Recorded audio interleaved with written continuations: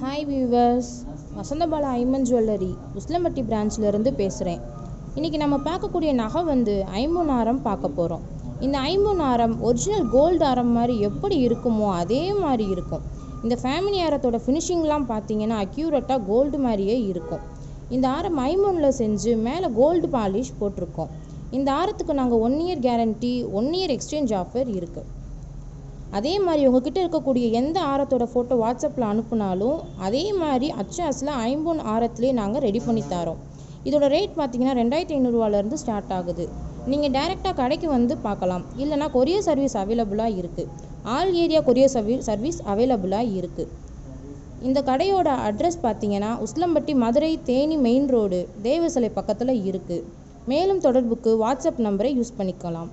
6382107470. Thank you friends.